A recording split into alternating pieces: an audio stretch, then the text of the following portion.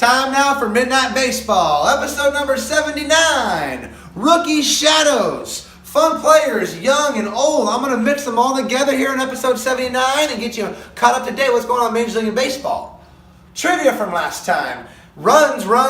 They're being scored here, they're being scored there. My Little League team loves them. My son wants to know the facts. Here they are. How many runs is the record for scored in one inning? 1, 2, 3. 17 runs in one inning by the 1953 Red Sox. I bet you Ted Williams was involved in that a couple times, but 17 runs in one inning. How many runs in one game is the record? 1, 2, 3. 30 runs, yes, 3-0 by the Texas Rangers in 2007. Bunch of fun players on that. We're going to talk about them in a little bit. Runs scored happen to factor in my news and notes today as well. Washington Nationals put a beat down on the Mets. They scored 20 plus runs. You know, Syndergaard unfortunately could be hurt. Something's going on with his elbow. Terry Collins is under a lot of distress with decisions he's making with Matt Harvey and the pitching staff. So, Mets, I hope you guys can turn it around. But Nationals lost a big player yesterday, Eaton.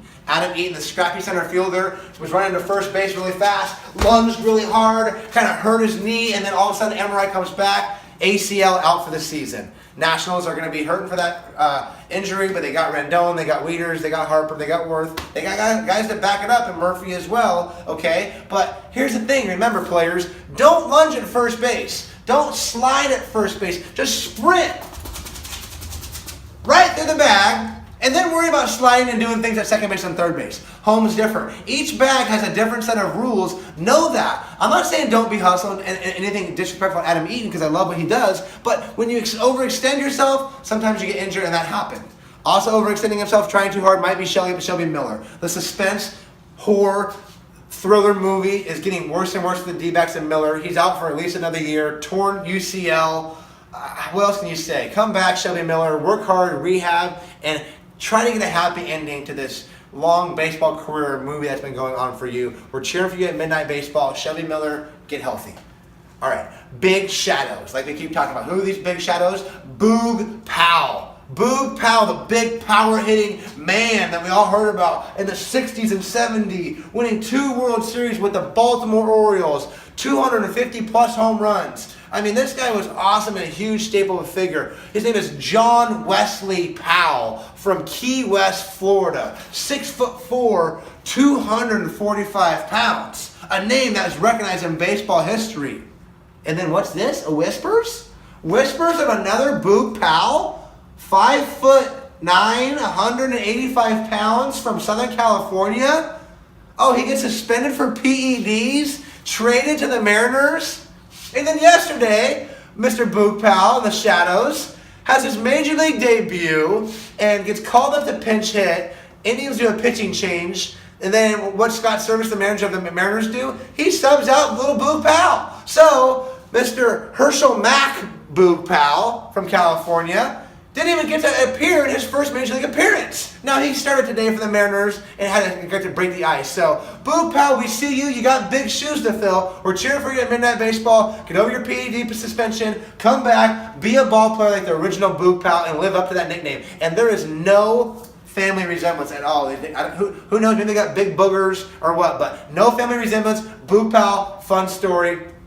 Another fun story is Aaron Judge. It continues. Yes, Aaron Judge, the big, power-hitting right fielder for the New York Yankees. I've been talking about him all year. He's a surprise player for me. He's a breakout player. He's one of my favorite players. I'm going to keep telling you about him. What shadow is he under? He's under Matt Holliday as a teacher and a mentor. Matt Holliday, I don't think if it was for you, Judge doesn't break out of this slump. Holliday was in Oakland. He was in St. Louis. Now he's in New York in the twilight of his career. He's taking a lot of pressure off Judge, and I think allowing Judge to excel, and I couldn't be more stoked watching it. But a reminder for Joe Girardi is please don't move up Aaron Judge in the lineup too high. Today I noticed you have him at number 5. In the beginning of the season, just a month ago, we had him at number 9. Moving up too fast. Don't put too much pressure. We're in the Big Apple. We're in the big stage, right? Girardi, you should know this. Don't put too much big pressure on my boy Judge. Leave him down in the lineup a little bit. I'm not saying he can't handle the pressure. I just know what being a Major League Baseball player is about because I've seen it and I've heard about it and I've watched it. I've never done it, of course, but I know the pressure that comes with. Let him be relaxed down in the 7 and 8 hole, and I would continue to watch him thrive.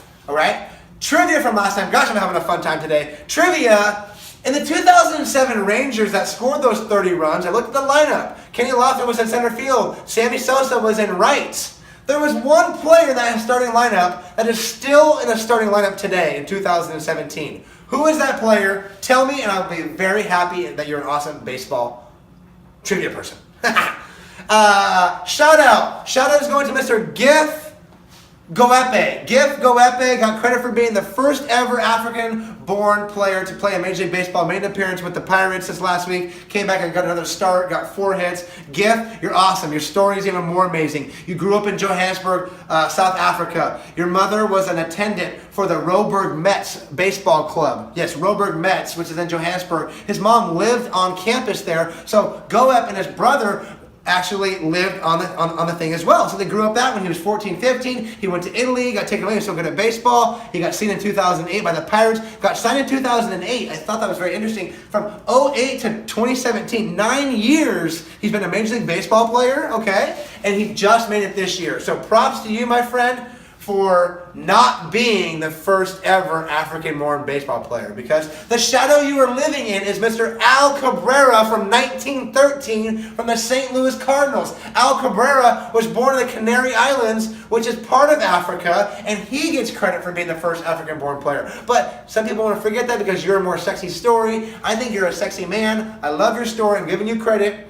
Great job opening up all of the millions and billions of young men and women that live in Africa that can play the greatest game ever, America's pastime, baseball. So thank you so much, Mr. Ngoepe. I see what you're doing. I'm kind of joking with the whole shadow thing today. But yes, Mr. Al Cabrera, you were the first. Okay? I got gratitude. I'm doing my show. I couldn't be more pumped up. It's Sunday night. Midnight Players, Baseball Gods, Raklife.org, hashtag retired Dodgers number 34. Let's get Fernando's number still retired. Taylor Motter Pop still doing stuff. One of my favorite. Eric Thames is doing it. Aaron Judge, biggest shadow out there of all time. Darth Vader. Do do do do do do do do do. Woo! Loving it.